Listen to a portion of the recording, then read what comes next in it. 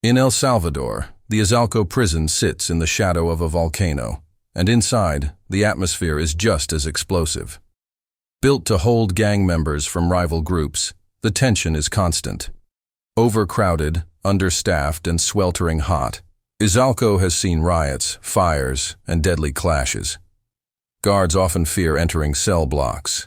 It's one of the toughest prisons in Latin America, a place where survival depends on allegiance and luck.